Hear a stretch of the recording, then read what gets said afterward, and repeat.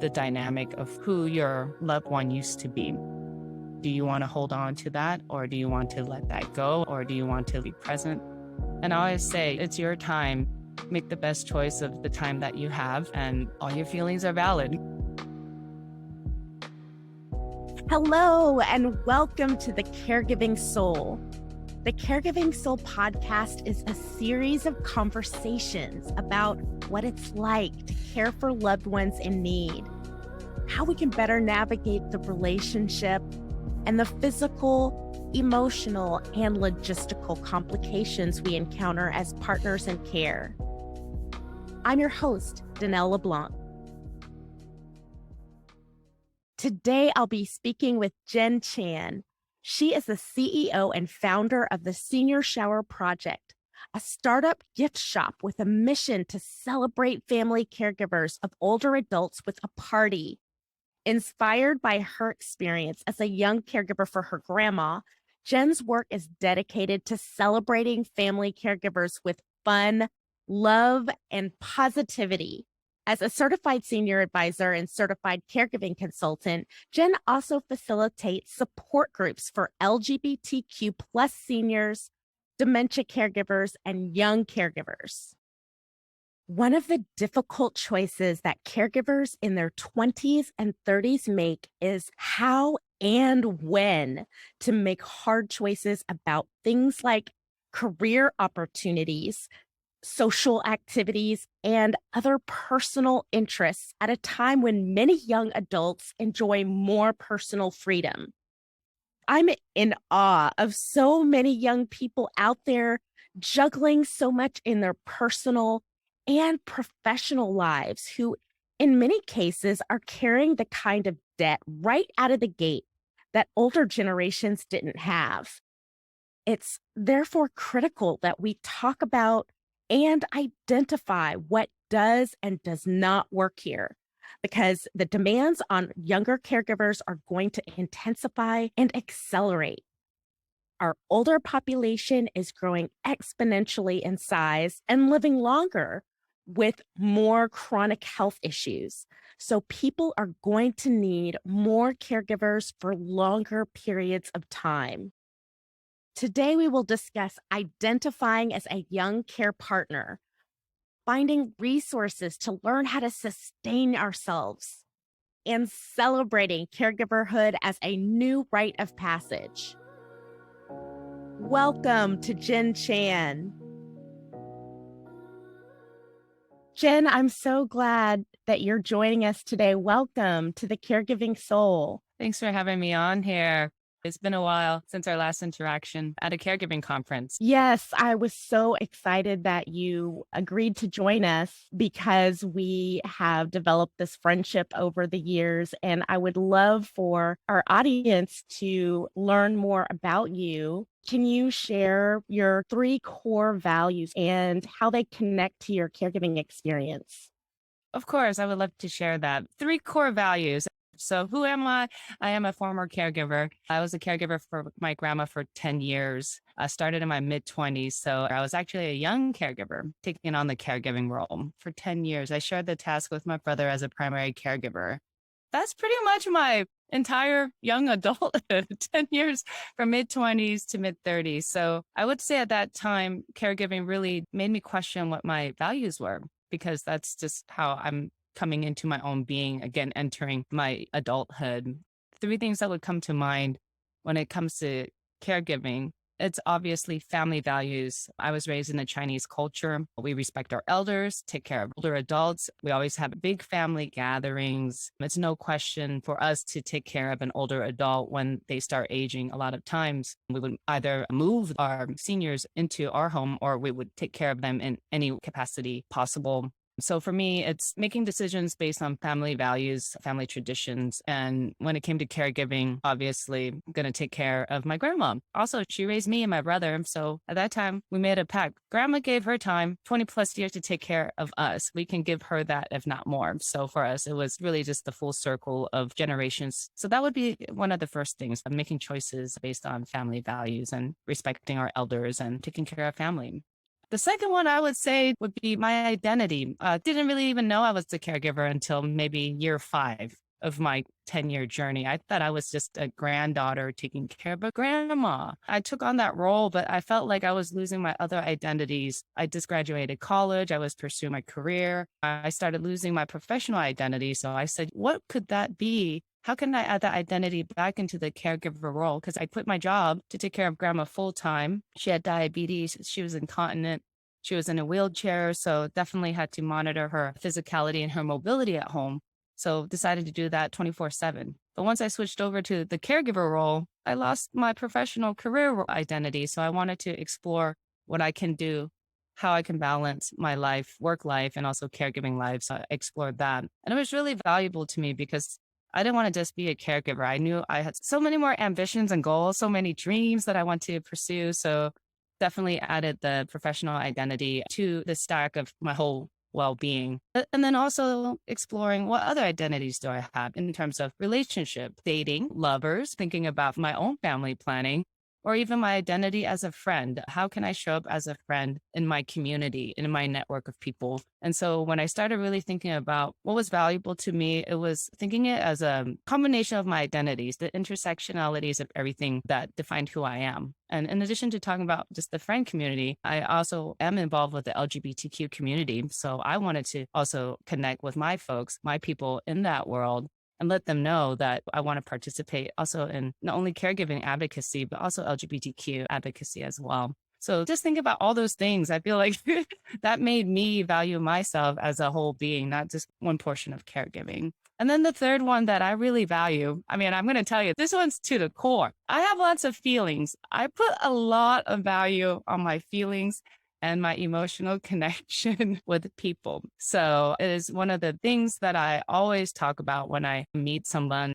During caregiving, I was trying to figure out how to date. And when I was trying to connect with folks, if they were to say, who is Jenn? I always lead with, I am a caregiver. And I also have a lot of feelings. I like to talk about my feelings. So if you like to talk about your emotions, your feelings, then we can have a connection. Really want to lead with that because if I can't connect with person on an emotional level, it's okay. I respect where they are, but then I understand where that capacity is. And that's it. But for me, I like to talk about my feelings and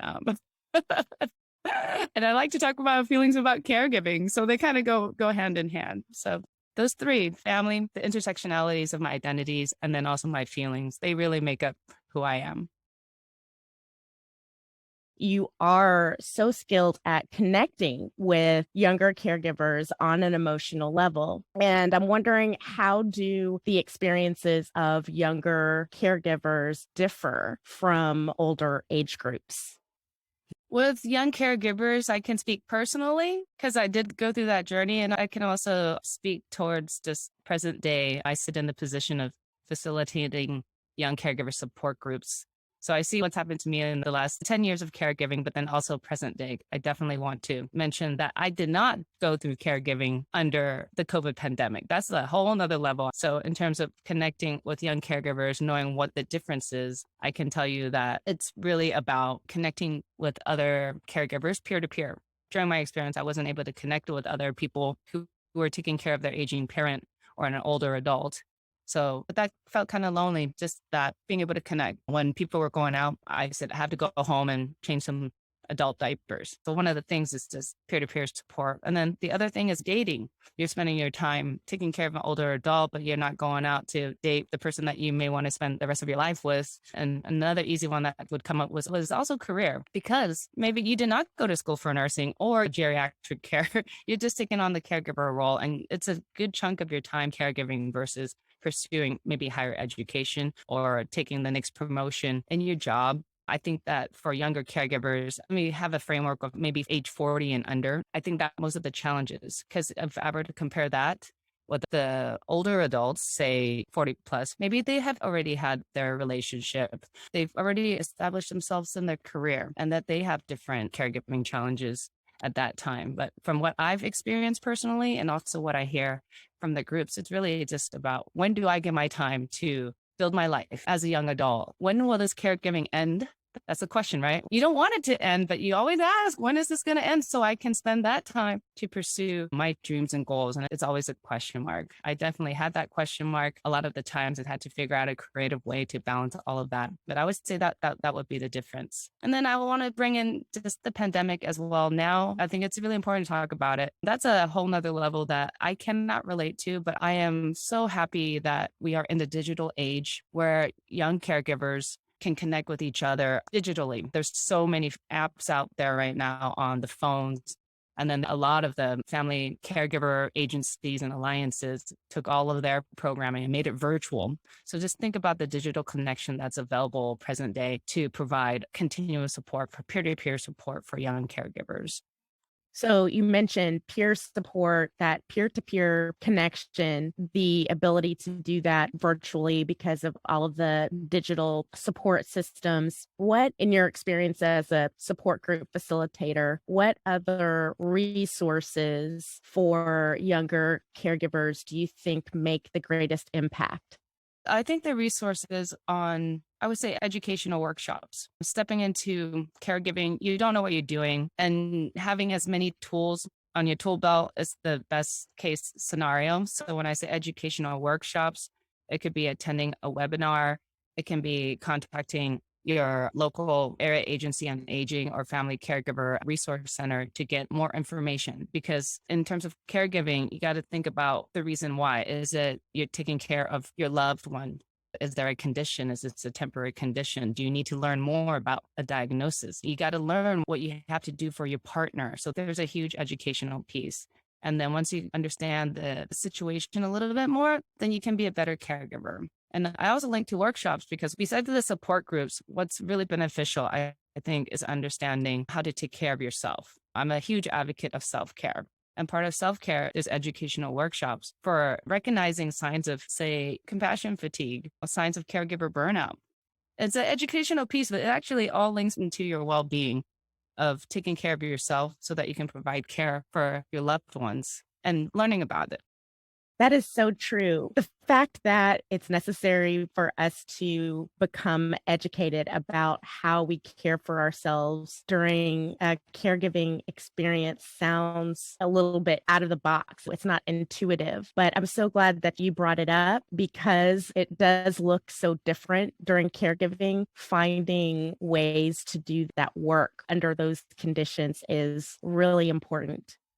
It really is. And, now that we're chatting about it, I really want to talk about how, as a young caregiver, learning to deal with anticipatory grief. I think that's a huge one. I prefaced earlier, I like to talk about my feelings. As a young caregiver, you want to explore your feelings on anticipatory grief. I think that's a little bit different. I think maybe you're not expecting to take care of your partner so early, or you're not expecting to take care of your parents so early in life. Like, how do you deal with that? How do you deal with the grieving process? How do you get support for that? How do you recognize all the emotional signs of, hey, what am I dealing with? So finding more resources to recognize your feelings and what those feelings may be can really help with caregiving. And sometimes they're good feelings and sometimes they could be heavy ones, but we're all human. So we're going to have feelings, know what those feelings mean, and make the best choice possible when you find out how you're feeling for that day. Jenn, can you share a little bit more about what anticipatory grief looks like? Because some of us have heard that term, but one of the challenges of walking through this experience is this learning how to talk about it because there's a whole language involved that we learn on the fly. So can you share a little bit more about what does that look like? What does that mean? What are we grieving? I can speak on a personal level for my anticipatory grief. I first learned about it when I was enrolled in a support group, but anticipatory grief is basically you're anticipating the grief of the person you're taking care of. In the sense of my example, it's anticipating my grandma's death. You're grieving the process of what's going to happen. So in my scenarios, towards the end of the last 10 years, my grandma was diagnosed with a stage 4 cancer wound, and then she had to be in hospice. And what that means is the doctor says you have 6 months left to live. So at that point, it's real. This is a real thing. The doctor has said your grandma's probably going to die in 6 months. In that position, you're getting ready to grieve somebody that you love for so long. You're like, how do I handle all the feelings that come with this? I think we typically learn about grief after somebody dies. dies. Like, okay, when somebody dies, you're going to go through this mourning process. You're grieving the loss of somebody, but knowing that they're going to die before they're even dead, it's a whole nother emotional roller coaster. And so having to anticipate your readiness level, right? Your anger or your frustration, or maybe you want to do more. Like, how can I make this person live longer? Maybe feeling at a loss of control. Like, I can't control this process. I've been helping so long. This is out of my control. Learning how to deal with that. And then also learning how to deal with acceptance, going from denial of, no, this is not going to happen. I'm going to do everything I can. And then accepting the situation is out of my control. And how do I accept the present day? Like, how can I make the most quality of our time left together? And that takes time.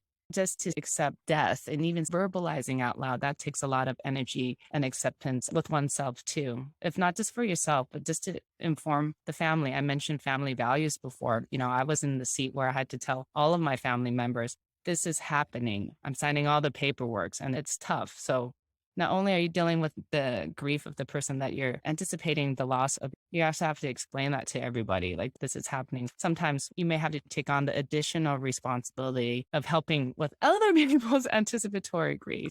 I think with other caregivers in their scenario for the person that they're taking care of, it can also be the anticipatory grief of losing the adult-child dynamic, like the role reversal. Like you look to your parent or the person who raised you to give you guidance, but somehow because of the caregiving dynamic and the condition, the role reverses. Now you have to make the decisions for your older adult. And so you're grieving that relationship. Now is a little bit different. It can really look unique to everybody's situation. I really want to say that. But sometimes it's losing the person, they're actually going to be gone physically, or you're actually losing that relationship. What was that dynamic before? And it's going to change. And dependent on the condition, you can be constantly grieving the dynamic of who your loved one used to be. And do you want to hold on to that, or do you want to let that go? And do you want to be present? So it really depends on going back to everybody's readiness level. And I always say, it's your time.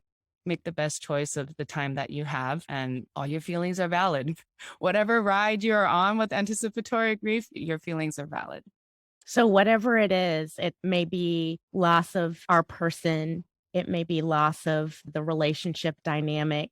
It could be all of those things. Getting to the place of acceptance helps us to be more present with our loved one where they are in that moment. So if we're aware that what we're experiencing, what we're feeling is anticipatory grief, then that helps us get to that place where the time that we have is more quality time, more meaningful. So thank you so much for elaborating on that, Jenn.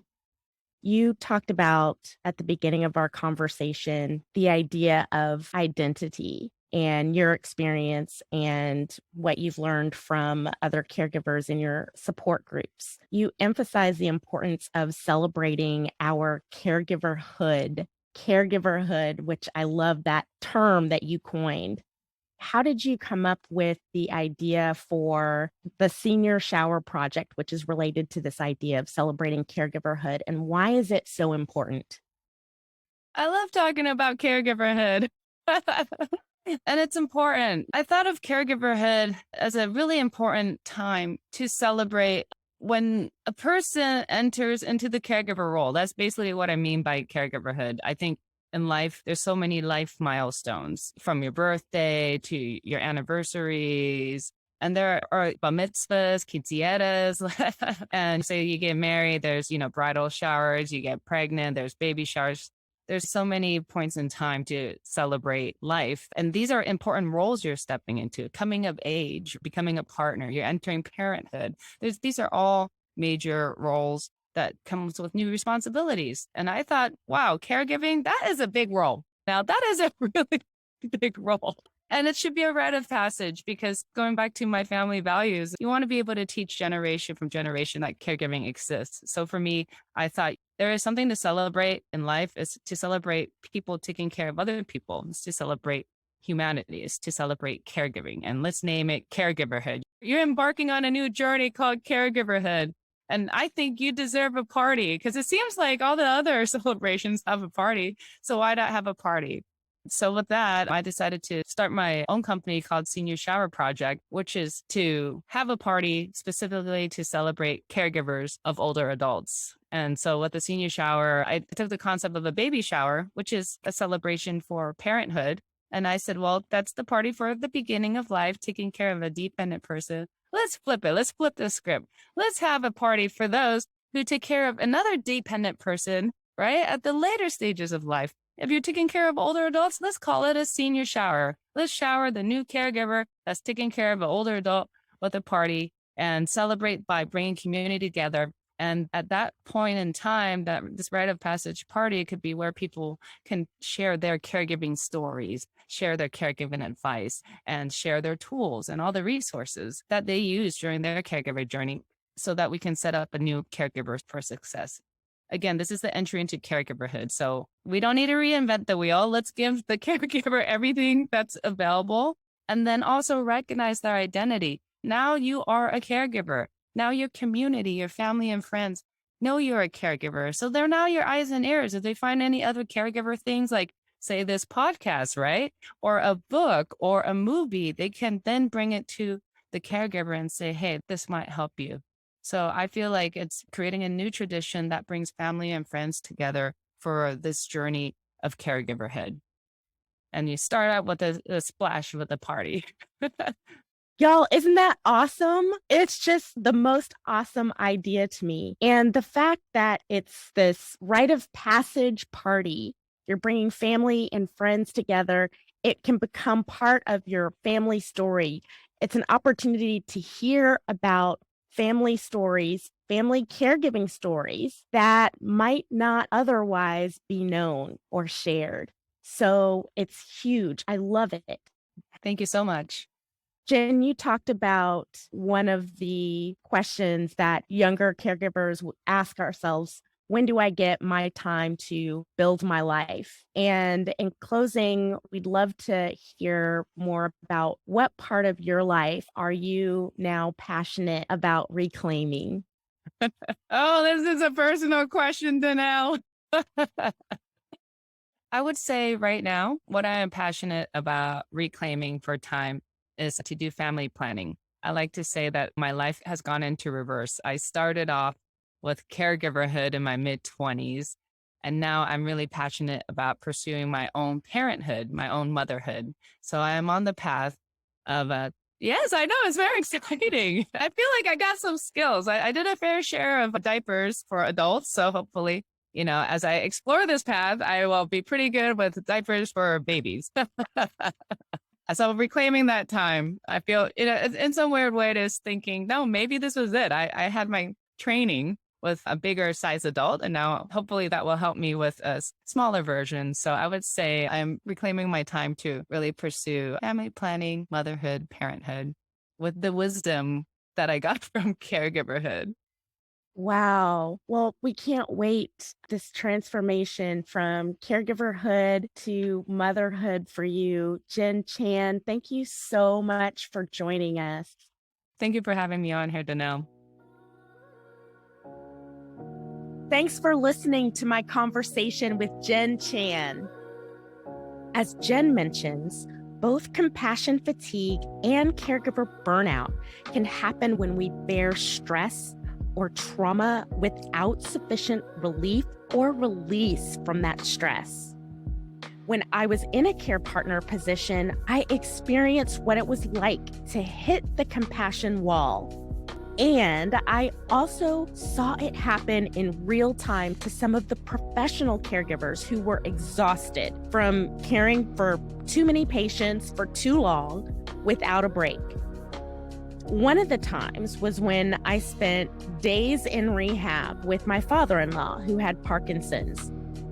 He'd had several falls in a very short period of time and would continue to walk without his walker when I stepped out of the room. We were also dealing with cognitive decline at that point, so reasoning with him was not working. And the nurses were so frustrated with managing his repeated falls that they ended up keeping him inside the nurses' station that was in the middle of the hallway. So not only did I feel unearned guilt about his, thank goodness, minor injuries from falling, but also a kind of resigned lack of compassion in the moment, which was really sad for both of us. No matter how strong we are or how much we care about someone, the nature of caregiving is that we are testing our emotional guts in a way few of us are prepared for. And these experiences can be isolating and overwhelming, which is why Jenn is a huge advocate for support groups to provide the kind of company and release we need to stay okay. Jenn is an amazing role model for how to honor positive family values while also nurturing her own personal dreams. We love her creative joy and inspiration to celebrate caregiverhood through the Senior Shower Project. You can also check out her delightful caregiver cards linked in the show notes to brighten up the day of a caregiver in your life. In my conversation with Jenn, I found the following thoughts to be most powerful. Number 1, millennial caregivers generally walk a very different journey than older counterparts.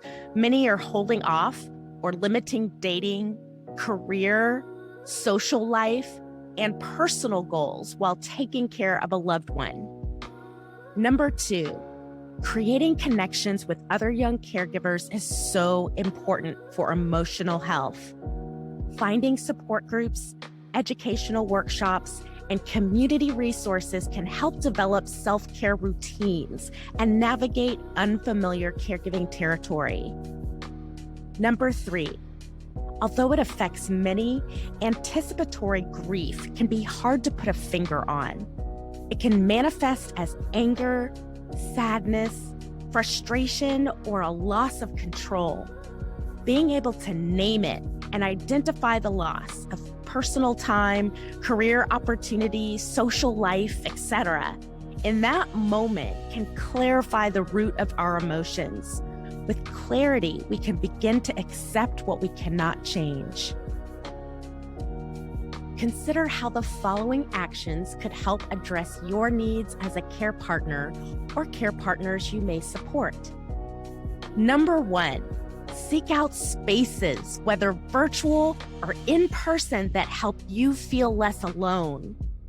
A supportive friendship, young caregivers group, or educational workshop are a few ways to consider building the kind of connections that keep us in balance.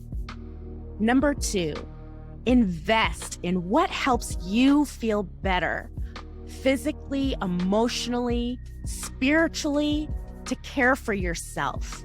It might not look the same as it did before caregiving, but you're worthy of being looked after too. Number 3, celebrate the caregivers in your life. Jenn has created the Senior Shower Project to lift up and honor caregivers and caregiverhood. Let's act on showing how much we appreciate the work of caregiving. For more information on Jenn and the Senior Shower Project, check out our show notes. Every episode of The Caregiving Soul has a page on empoweredus.org where you can find the extended show notes, including tips and takeaways, transcripts, and relevant resource links. If you'd like to share your own tips related to this topic or connect with us, visit the Empowered Us contact page or reach out to us on our social channels. The Caregiving Soul is an Empowered Us original presented by Good Days, hosted by me, Dannelle LeBlanc. If you liked this episode, be sure to rate and subscribe to the show wherever you get your podcasts. And remember, the right care includes care for you.